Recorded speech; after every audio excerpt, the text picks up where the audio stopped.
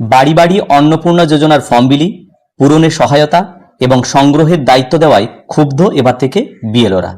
রাজ্যে ভোটার তালিকার বিশেষ নিবিড় সংশোধন অর্থাৎ এসআইআর পর্ব থেকে কাজ করে আসা শিক্ষক শিক্ষিকারা প্রশ্ন তুলছেন, স্কুলের পড়াশোনার কাজ সামলে কেন তাদের রাজ্য সরকারের প্রকল্পে দায়িত্ব নেওয়া এবং সেই সুবাদে অস্বস্তিকর পরিস্থিতিতে পড়তে হবে তাদের।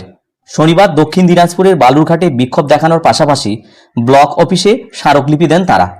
শুক্রবার বিএলও বিক্ষোভ হয়েছে উত্তর 24 পরগনার বসিরহাটে।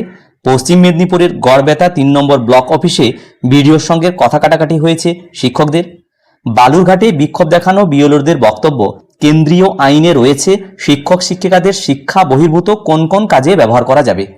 অন্নপূর্ণা যোজনা তার মধ্যে পড়ছে না। তাদের দাবি, নির্বাচন, জনগণনা এবং বিপর্যয় মোকাবেলা ছাড়া তারা নতুন করে এসব কাজ করবেন না। স্মারকলিপি জমা দিতে আসা একজন শিক্ষক বলছেন, নথি জমা দেওয়ার পরেও অনেকের নাম ভোটার তালিকায় ওঠেনি, তার দায় বিএলওদের ঘাড়ে পড়েছিল।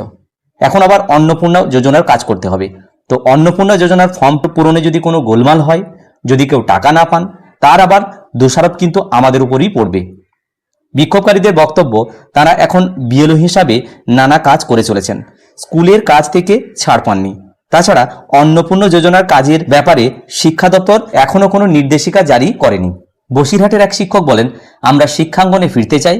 এই কারণে শুক্রবার এক প্রস্ত তর্কাতর্কির পরে গড়বেতা 3 নম্বর ব্লকের বিডিও স্যার নোটিশ দিয়ে বিএলওদের অন্নপূর্ণা যোজনার কাজে সহযোগিতা করার আবেদন জানান। সমাজ মাধ্যমে এক মানবাধিকার কর্মী বলছেন, বিএলওরা নির্বাচনের কমিশনের কর্মী, রাজ্য সরকার কিভাবে তাদের উপরে অন্নপূর্ণা যোজনার কাজ চাপাতে পারে। লিখছেন, এই রাজ্যে রাজ্য সরকার আর কেন্দ্রীয় নির্বাচন কমিশন কি স্থায়ীভাবে একই হয়ে গেল? বালুরঘাটের বিজেপি সাংসদ তথা কেন্দ্রীয় প্রতিমন্ত্রী সুকান্ত মজুমদার মহাশয় বলছেন, এই বিষয়ে কিছু বলবো না। দক্ষিণ দিনাজপুরে জেলা শাসক ফোন ধরেননি, মোবাইল বার্তার জবাবও দেননি। তবে বিজেপির ঝাড়গ্রাম সাংগঠনিক জেলার সাধারণ সম্পাদক বলছেন, বিএলওরা এসআইয়ের কাজ দক্ষতার সঙ্গে করেছেন, অন্নপূর্ণা যোজনার কাজেও তারা দক্ষতা দেখাবেন, এই আশায় রাজ্য সরকার তাদের উপর ভরসা রাখছে। প্রতিবেদনটি আনন্দবাজার পত্রিকায় পরিবেশিত হয়েছে। আমি হুবহু এই ভিডিওর মাধ্যমে শেয়ার করার চেষ্টা করলাম মাত্র।